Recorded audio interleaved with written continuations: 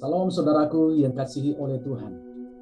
Hari ini saya sangat percaya saudara sedang menikmati kebahagiaan, saudara sedang menikmati berkat Tuhan, saudara juga sedang dalam pelindungan kuasa darah Yesus Kristus yang menjadi sumber kesembuhan bagi kita.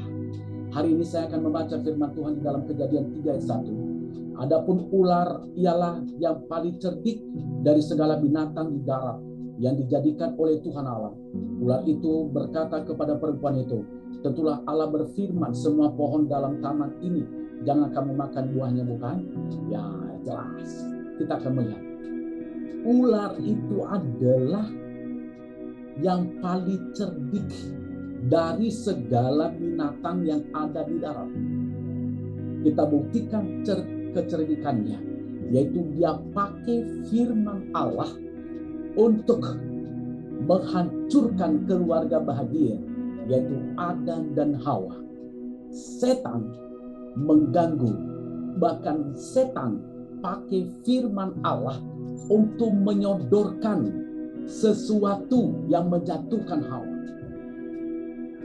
Ingat ini, mungkin juga pernah kita alami hal itu. Kadang-kadang setan menyodorkan hal yang enak bagi kita. Kadang-kadang setan juga menyodorkan yang baik. Oh, nggak apa-apa kalau kamu lakukan ini, kalau kamu kerjakan ini, kamu cari segala macam, cari kekayaan dari sana sini, nggak masalah. Dari kuburan keramat, dari pohon-pohon keramat, dari batu-batu keramat. Kadang-kadang setan menawarkan itu karena dia cerdik, seperti dilakukan kepada Hawa.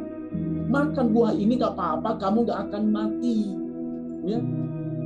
Nah, saudara dikasih Tuhan, makanya hari ini saya berikan judul khotbah saya, setan menyerang keluarga bahagia. Setan tidak akan pernah senang melihat rumah tanggamu bahagia. Setan tidak pernah senang melihat hubungan suami istri bahagia. Setan tidak pernah senang melihat hubungan orang tua dengan anak bahagia. Setan tidak senang kalau kita ketawa di rumah. Setan tidak senang kalau kita tetap sehat. Setan tidak senang kalau kita menikmati berkat Allah.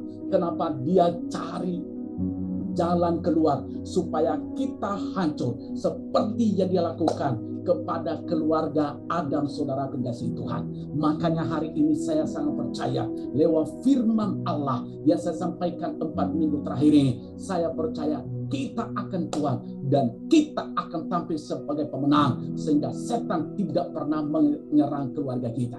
Nah, mengapa setan menyerang keluarga bahagia? Karena dari keluarga bahagia akan lahir anak-anak yang mengalahkan setan. Dari keluarga bahagia, dari keluarga yang penuh dengan kedamaian, dari keluarga yang penuh dengan ketenangan, akan lahir anak-anak yang mengalahkan setan. Kenapa? Bukti kedua, loh, anak-anak mengalahkan setan. Iya betul, setan tidak bisa masuk dalam kehidupan anak-anak kita. Kenapa? Karena mereka memiliki dasar firman Tuhan yang kuat.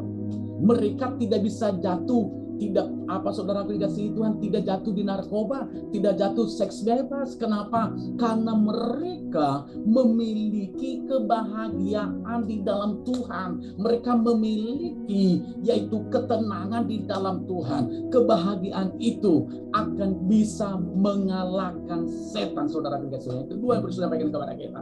Mengapa setan menyerang keluarga bahagia? Karena dari keluarga bahagia berkat Allah akan melimpah. Saudaraku, saya sangat senang sekali kalau saudara berkata, Pak Pendeta, berkat Allah melimpah. Betul, benar berkat Allah akan melimpah dalam hidup kita. Kenapa? Kalau bahagia.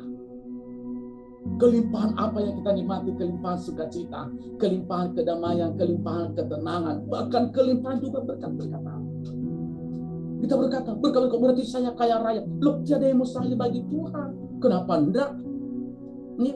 Kenapa enggak? Kenapa? Karena saudara cari kelimpahan itu di dalam Yesus, bukan melalui orang lain, bukan melalui setan, ya, bukan melalui saudaraku, tempat-tempat keramat, kuburan-kuburan keramat, batu-batu keramat, pohon-pohon keramat, rumah-rumah keramat, bukan. Tetapi saudara mendapatkan kelimpahan itu karena saudara bahagia di dalam Yesus Kristus. Yang ketiga, mengapa setan menyerang keluarga bahagia? Karena dari keluarga bahagia, Injil disebarluaskan. Dari keluarga bahagia, Injil bisa kita sebarluaskan. Mungkin kita berkata, loh berarti saya harus jadi penginjil. Oh bisa juga.